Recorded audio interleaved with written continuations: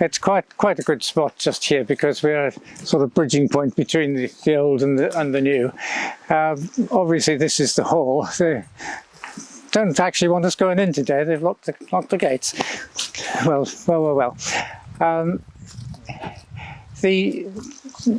All of this land was part of the home grange of the monastery, and it extended originally to from here to very much the far end of Llanbadarn-Fynedd, Eskidranllwyn and beyond, where you go out, if you know the Leithdy Road, where you get right out onto the new town road.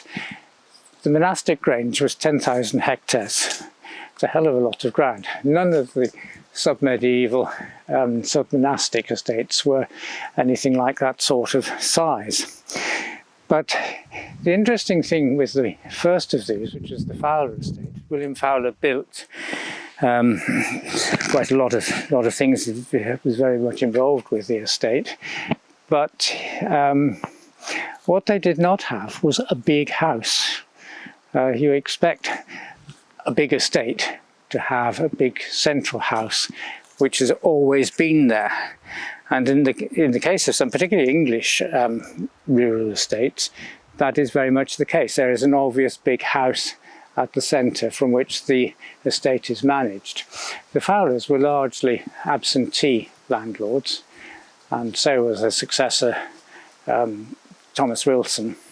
So there was no big house here until the coming of Wilson, who was buying land here in the 1820s, 1824, 1828. And probably about 1830, he decided to build a house here on the site of this house. And we're told from the sale documents that arose in 1837 after Wilson had got involved in a property deal in London with Lord Portman and gone bust, that his house was a large 4-bedroomed house in the Elizabethan style. That's what his written record of it is. And he cited it up here because he wanted to include the Abbey ruin as part of his garden, what we would call in garden history terms a romantic garden. How romantic it is in the Abbey in the middle of the winter, anybody can judge. Those of us that live here know anything but romantic. But that was his plan. So he built a house there, nothing like the size of the one that's there at the moment. But that was the first big house on any of the Abbeycwmhir estates. So what did the Fowlers do? Well, up until probably the time of the Civil War, they were able to use a house that survived from the Abbey ruins, probably the Abbot's lodging house. And there's some evidence that there was a very big house, well, not a very big house, but a solid house, probably down here somewhere roughly where the home farm is today. And there's a record in the Civil War of the parliamentarians arriving at Cwmhir Abbey and laying siege to Mr. Fowler's big house. And the siege lasted it seems all of an hour and 20 minutes, and it was all over. I can't quite understand why the Fowlers bothered to arm a house down there in the bottom of the valley. You've got high ground all around, they can pop off it due to their heart's content. Truth is the first casualty in any war, as we know. And I think possibly the parliamentarians rather over-egged the success of taking Cwmhir just to suit their own purposes. Especially as in those days this road didn't exist. There was no road up the valley. We got up here by simply going on tracks from farm to farm and worked your way up the valley that way. This road was laid out as a joint venture between Thomas Wilson and John Cheeseman Severn of Penybont Estate. Again around 1830, 1828, 1830, because Penybont Estate had some farms down there, as did Wilson, so it was a common good sort of thing.